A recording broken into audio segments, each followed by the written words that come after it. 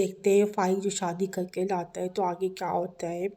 उसने तुम्हें रिहाई दिलवाऊंगा और दूसरे दिन वो उसे फ़ोन करने लगे थे, मेरी बेटी को छोड़ दो, अपना मनूस नाम हटा दो इसके नाम से।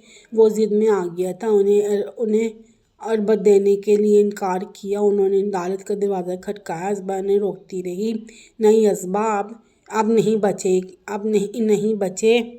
वो बेगैरत इंसान है।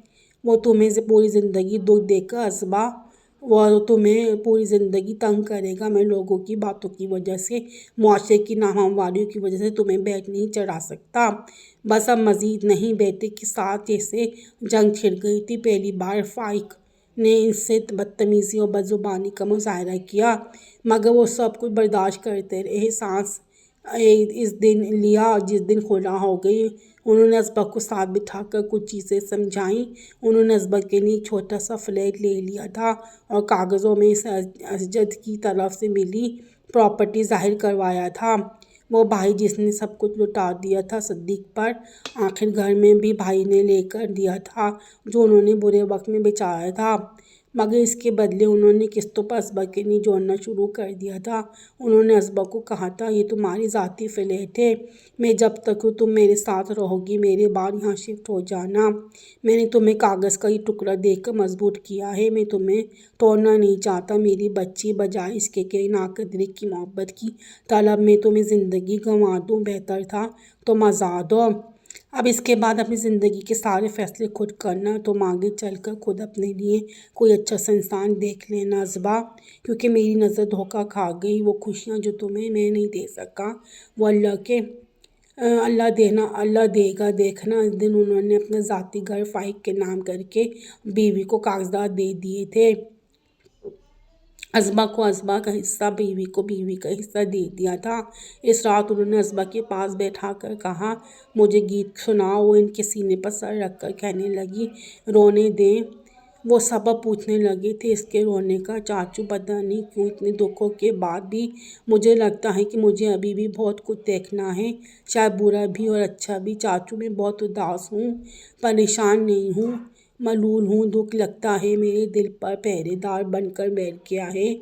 उन्होंने इसे साथ लगाकर सर थपका और कहने लगे, धुल जाएगा असबा, ये दुख धुल जाएगा। दुख धुल जाते हैं, मगर हमें क्यों डबो देते हैं ये दुख। चाचू, हमें नफ़रत और मोहब्बतों की जंग क्यों घसीटती है इतना ज़्यादा।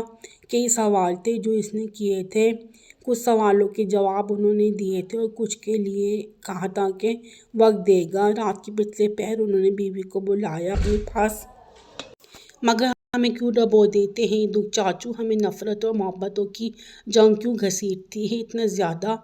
कई सवाल थे जो उसने किए थे, कुछ सवालों के जवाब उन्होंने दिए थे और कुछ के लिए कहा था कि वक्त देगा। रात के पिछले पहर उन्होंने बीवी को बुलाया अपने पास और कहा, मुझे माफ़ कर देना, तुम्हारे दिल में मेरे लिए जो मैले निकाल देना। फाइक से कहना, मैं इसे कोई बद्दुआ नहीं दे सकता, मैं इसके लिए दुआ कर बैठा हूँ, मगर मेरे दिल में जो इसके लिए शिकवा है वो ज़िंदा रहेगा। वो कह रही थी, सटिया गए हो तुम जो ऐसी बातें कर रहे हो। रही बात फाइक की, तो इसमें इसका कोई कसूर नहीं, तुमने ज़बरदस्ती इसके गले डाल दी थी अपनी भतीजी। वो जिस हद तक फरमाबरदारी कर सकता था कि वो खामोशी से इन्हें सुनते रहे।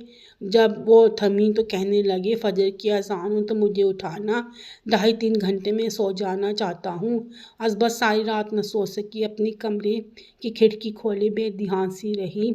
फजर की अज़ान के बाद जब चच्ची कमरे में गई तो चीखी हुई और बाहर आई कि सद्दीक नहीं मिल रहे। असबा ने सलाम फेरा था, बाहर भाग खड़ी हुई।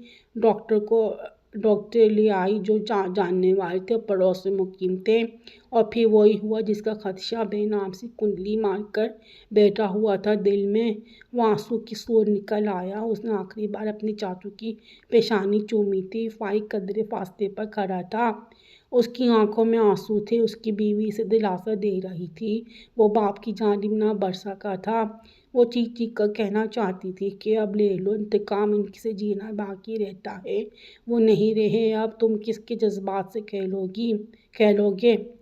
क्यों यूँ भी ज़िंदगी से जाता है क्या दोस्त। इसे इनका जुमला याद आया, मैं थक गया हूँ असबा, वो बेआवाज़ रोते हुए इस छोटे से कमरे से अपना मुख्तसर सा सामान समेट रही थी। जब कब्रिस्तान से लौटने के बाद फाइक अंदर आया। असबा, मैं तुमसे बात करना चाहता हूँ। मैं नहीं चाहती, तुम बातें हो गई हैं, बहुत बातें हो गई हैं, अब कुछ नहीं बचता। मैं तुमसे माफ़ी। इसने उठकर इसकी गाल पर एक ज़ोरदार तमाचा मार दिया था।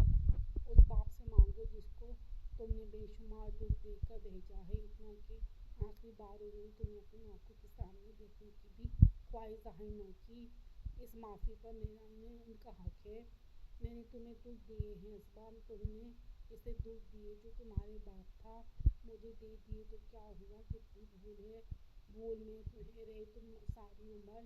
वो बाप जिसने तुम्हें महंगे तरीन स्कूल में डलवाया, अच्छा पिलाया, मोतबर नाम दिया, इज्जत दिलवाई, इस बाप से खाइफ रहे।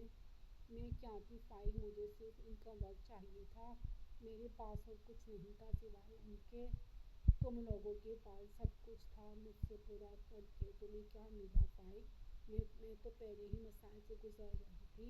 मुझे अपनी हैसियत और औकात का पता था। काश तुम बगैर किसी वजह के, बगैर किसी जेलसी के उनके सामने सिर्फ अपना मुकाम बना पाते तो मेरे ज़रिए उनके नज़दीक आए। अगर तुम अपने ज़रिए जाते वो तब भी तुम्हें वेलकम करते। वो बाप थे तुम्हारे, मगर तुम्हें तो मेरे ज़रिए इन्हें दुख देना था।